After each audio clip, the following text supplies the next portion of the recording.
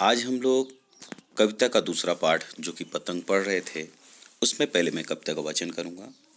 जन्म से ही वे अपने साथ लाते हैं कपास, पृथ्वी घूमती हुई आती है उनके पीछे इन पैरों के पास।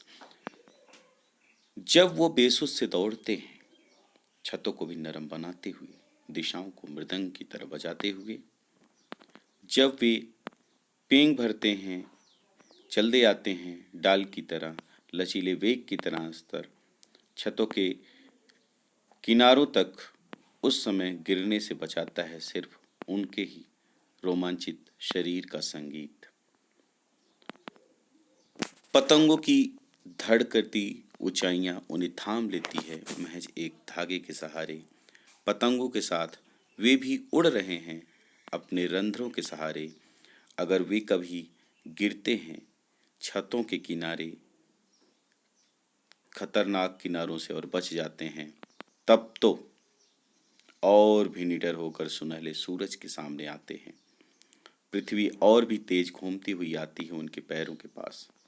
तो ये कविता थी आपकी, और इसमें आपको बताया गया है कि जो बच्चे हैं उनके लिए कहा गया है कि वो ऐसा लगता है कि जन्म से ही कपास की तरह पैदा होते हैं, और इसका अर्थ ये है कि उन्हें कभी चोट वोट जो लगती भी है वो बहुत जल्दी ही ठीक हो जाती है।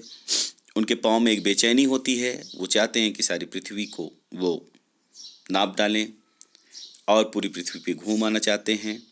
उनके जीवन में बेहोश मस्ती ऐसी होती है कि उन्हें कठोर धूप गर्मी का भी एहसास नहीं होता।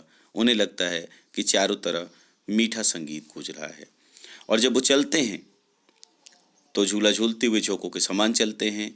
वे छतों के खतरनाक किनारों और पतंग को उड़ाते हुए भी ऐसी गतिविधि करते हैं कि जैसे लगता है कि पेड़ की लचीली डाल से लटक कर लचकीली गति से झूल रहे हों।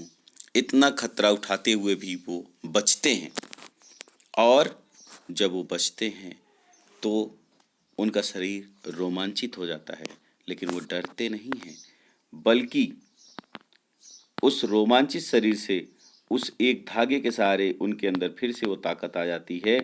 और अगर जब वो उस खतरनाक किनारों से बच जाते हैं, तब और भी निडर हो जाते हैं, उस सुनहले सूरज के सामने आते हैं, और पृथ्वी और भी उनके पैर के पास घूमने चली जाती है, और वो मानो पतंग की डोर अपने सहारे तरंगित संभाले रहते हुए हैं। तो इस तरह से आज की जो कविता थी, इसका जो हम लोगों ने आज